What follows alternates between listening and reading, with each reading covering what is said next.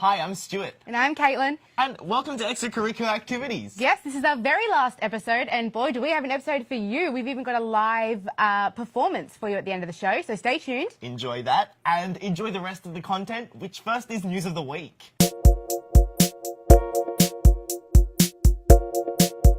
Thanks, guys. $4 million worth of funding has been cut from the Victorian police budget after revelations 258,000 random breath tests over a 5-year period had been falsified in an attempt to meet set targets. After an internal investigation, it was discovered such activities were widespread through the system. Individual officers would cover the breathing straw with their finger or blow into the instrument themselves. While no individual officers have been spoken to, all policemen and women will undergo a guidance session. The Federal Minister for Health, Greg Hunt, has publicly apologised for swearing at a Northern Territory mayor in a meeting in December last year. Maya Miller, the Mayor of Katherine, had been in Canberra to lobby for more resources to help deal with contamination issues arising from the use of a firefighting foam. Ms Miller had suggested more funding should be made available for councillors. Mr Hunt replied she should take up the issue with Senator Scullion, the Minister for Indigenous Affairs and the Northern Territory.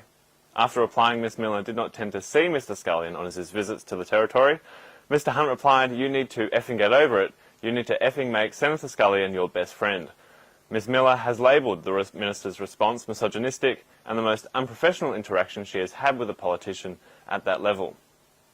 The largest swordfish ever caught in Australia, and the second largest in the world, was reeled in near Malakuta at the New South Wales-Victorian border by a crew from the Ulladulla Game Fishing Club last weekend. While the fish came in at a whopping 436.2 kilograms, the record may not be officially recognised due to the manner in which the fish was caught. The team, however, says they weren't in it for the medals, but rather their love of fishing. And closer to home, a collection of Egyptian antiquities has been found in a Sydney house.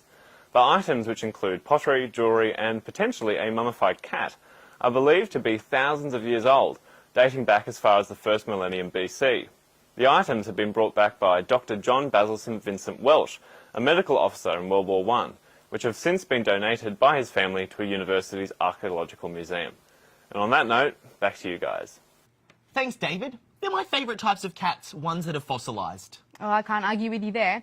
Now on to the next story. The University of Wollongong's dietitians have joined forces with the Albion Park Rail Public School. And yeah, they were all about promoting student health, and our reporter Gus has more. Albion Park Rail Public School has been gifted their very own school cookbook after the success of a Healthy Start breakfast program. UOW researchers, including Professor Karen Charlton, worked with a not-for-profit organisation, All Sustainable Future, to develop the free program which ran for 2 school terms. Each week on a Friday they would come to the school and whatever had been donated that week they made into delicious breakfast. So some weeks it was smoothies, some weeks it was quiches, things that sometimes the kids had never actually tasted before. Their research found that not only did the program reduce food waste, but it also created a positive effect on students' willingness to attend school, as well as creating a supportive community of families with low incomes that lack access to nutritious foods. It's a great involvement for the children to actually reflect on quality food, that we can actually produce it ourselves, that eating good food makes a difference to their education. The program suited the school as the school grounds boast a healthy, sustainable future, with solar panels, veggie patches, and even a chicken coop. We have some children who might not have the best days, and this is their safe spot. They come to the garden. That's a place that I know that they know they can come here and it's pressure off, and they can still achieve fantastic things. We give fun facts, we tell a little bit about nutrition related to the particular fruit and vegetable, and then importantly what you can do to make a good kind of meal out of it. Yeah. The cookbook will support the efforts of the Healthy Start breakfast program and will continue to allow the children to develop their eating habits early in life. Gus Kennelly, UOW TV. It's good to see the kids getting their hands dirty and learning about nutrition. It is. What are your cooking abilities? Oh, limited to none. None? None at all. I like making a good pavlova. I think that's where my cooking stops.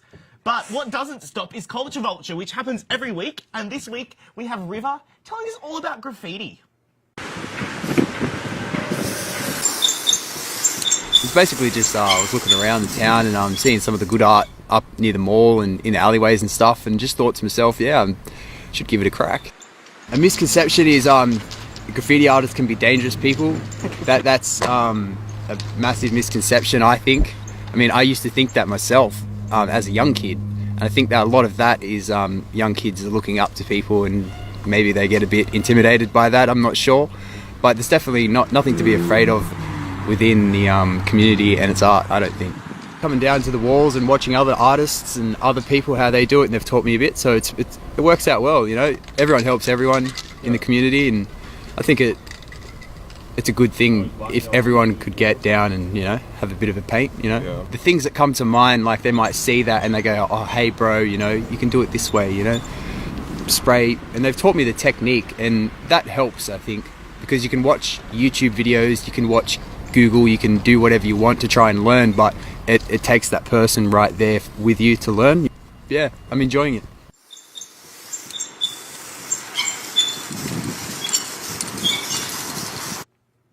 Thanks, River. Looks like some interesting artwork that anyone can see. Yeah, and like all creativity, it is in the eye of the beholder.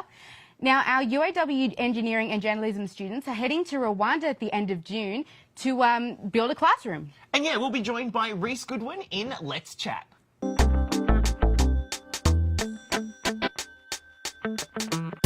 We're joined now in studio with Rhys Goodwin, who's part of a very exciting plan, an initiative that's taking you to Rwanda. Can you tell us a little bit about that plan? Yeah, sure. So we're going over to Rwanda in June, the end of June, to do a project, an engineering project as part of the humanitarian engineering subject. So we're going over to build a classroom for a poorer community, trying to help them out a little bit. Yeah. And why Rwanda? Why did you choose, or why is that the location? Yeah, so subject coordinator Dave Walker has done a lot of work over there in the past. Since the genocide, I think in 1996, they've been slowly rebuilding, and it's part of that reconstruction that we're trying to help with. Do you know much about the particular community where you're building the school? Yeah, so Ruhinga, it's a small community about 90 minutes east of the capital, Kigali. It's a relatively small community, large Christian community. They've done a little bit of work there in the past. It's a really cool little place. And yeah, what kind of preparations are you taking for heading over there? Oh, we've done so much preparation. So, I mean, in terms, we've learnt language, we've learnt cultural stuff, you know. There's just so much to learn, you know, and it's all about like the appropriation of actually going over there, the ethics behind everything, you know, whether we're actually doing the right thing. There's a lot to take. So have there been any significant challenges? I think everyone's had their own unique challenges going over there. You know, myself personally, I had a big challenge with really overcoming the ethical situation of it, you know, like, is this actually going to help, or are we doing more damage rather than good? You know? But I think, like, through everything we've learnt in the subject so far, you really do learn that, yeah, you are helping. So what's the overall aim of the project? So the aim for us is to build a classroom. There's 3 separate projects. My one specifically is a classroom in the remote community there. So that's part of a school that's right now pretty small, looking to expand, hopefully bring in more kids, educate them, you know, bring up the whole class of the community there. So. And yeah, well, obviously it's not cheap to head all the way over to Rwanda and build a school. How's that fundraise? Yeah, so we do all the fundraising for our materials and labour ourselves. So we've done barbecues, we're doing a music event on Friday, we've got our online fundraising page, basically just asking anyone we can for money to try and get it done. So. And I think you're saying you have an event coming up soon? Yeah, so this Friday we have an event at 2NU Collective. It's a lounge room session with the Music Society at UOW, so that should be really cool. Great, definitely something you should volunteer and fundraise for. Up now, we've got Liv with 60 Second Snack, and this week she's got a new recipe for your cookbook. I think it's an omelette. I'm Liv, this is 60 Second Snacks, and today we're making Spanish omelette. You'll need potatoes, washed and dried, a brown onion, pepper, salt, olive oil, a whisk, and a mandolin. And 6 eggs. Preheat your oven to 180 degrees. Firstly, you need to mandolin your things. I'm going to do the onion first. Make sure you use the guard because you can cut your hand off. Now that you have all your white veg, you need a fry pan and some olive oil. Just plop all this. Let's just put this on the stove to cook down. My salt and pepper. I should have done this before putting them in, but it's totally fine. And we're gonna let these caramelize a bit and cook through. Crack 6 eggs into a bowl. I'm gonna whisk them. Instinct is to add more oil. Add the eggs that we pre-mixed. All right, now I'm just gonna plop it in the oven, our preheated oven. So place that in there and we wait, I don't know how long, but we're gonna take that out. All right, we're gonna flip it onto this. That's disappointing. It looks like an animal. I don't know what that is. What is that? And is that an omelette? A Spanish omelette. It's very like a leopard spots on it. Let's have a look. First impressions. It's not hot, is it? Oh, it's hot. Ooh. Fresh out the oven.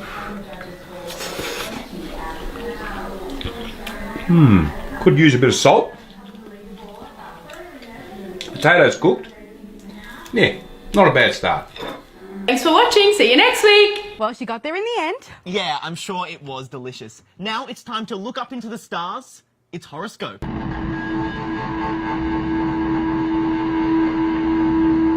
Welcome back to the last week of Horoscope. Cancer, it is almost your month as we say goodbye to the testing Geminis. As the holidays are in near reach, you'll begin to lose that shyness that has been haunting you for the past few months of session. As exams loom and then cease, the break is your time to entertain. You can become quite the entertainer over the wintry months, with your inner flamboyance exuding. We give you the cosmic permission to just have the fun this break. Without the worries of getting a park on campus, those late nights with assessments, or the stress of what to wear on a daily basis, you can finally relax and be yourself.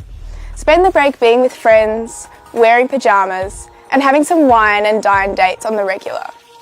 Have the best break to all of you astrological signs out there from the UOW TV multimedia team. Thanks, Savannah. Hopefully we all have a good break. Yeah, and I'm not sure how I'll survive next week without horoscope or the muse. Hey guys, welcome back to the Muse. The session is wrapping up, but that definitely doesn't mean Wollongong is getting any quieter. Now, Rad has pretty well got you covered this week with a whole bunch of acts, including some of our local favourites and a few new faces. But there are a few notable exceptions, with Strawberry Boogie and Daniel Champagne both hitting the stage at Unibar. Now, if you haven't managed to get down to a Strawberry Boogie yet, tonight is your night. Strawberry Boogie aims to celebrate the melting pot of creativity that exists within our local realm. You can expect to see anything from live art, cinematography, visual mixing and independent fashion to interactive concept installations. Kicking off at 7:30 p.m. with clues, bugs, scabs and more on the bulletin, it'll be a night to get both your mind and body grooving. Now, because this is the last show of the semester, we thought we'd run through what we think is going to be some of the best to hit gong shows this break. One of our personal favourites, Wax, is hitting Radbar on the 8th of June. This Brisbane 5-piece has come onto our radars in the last few years, winning the Big Sound competition back in 2014. Describing their sound as a tough mother figure, these guys provide a live performance that is not to be missed. And 23rd of June, of course, we have the epic End of Exams party. Headlining the night are Melbourne favourite City Calm Down. With a new album up their sleeve, these guys are sure to get hearts and feet tapping. Joined by Woods and Ivy League, this gig is sure to ease the burn after the head thumping of exams. And we've already got a sneak peek at what's on the bulletin for next semester. With Tiana Cartel, Xavier Rudd, Press Club and The Preachers all confirmed for the start of session, it doesn't look like music in the gong will be taking any kind of hiatus. So have a great break and make sure to balance the head thumping of study with the toe tapping of music. And we'll catch you next semester on the Muse. And that just about wraps up the show. It does, and we're finishing on something new. It's Smashed Av the Band, joining us for a new segment, UOW Unplugged. Enjoy your break, guys. I'm Kate. I'm Stuart. And we'll see you after. Bye. Bye.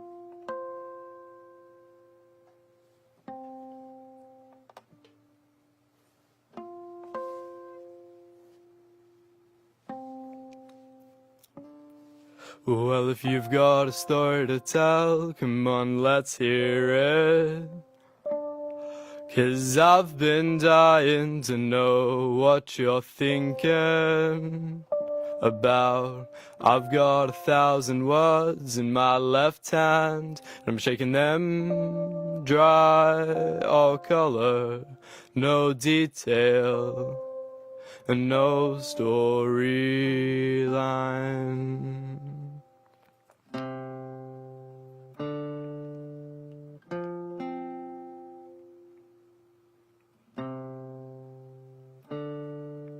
You said if you go blind, you'd rather that we still speak. Oh, I said if I go deaf, that I'd still like to see you. You lament, but we both know we could always touch, hold hands, link minds. Remember when we were young.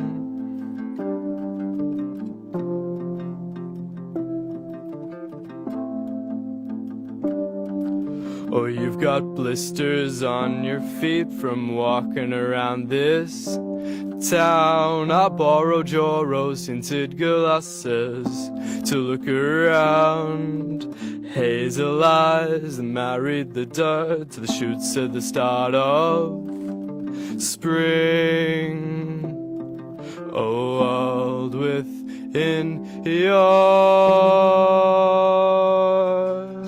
gaze.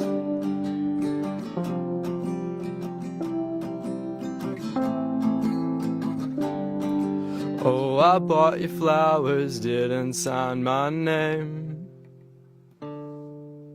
'cause I thought that you'd remember me better that way.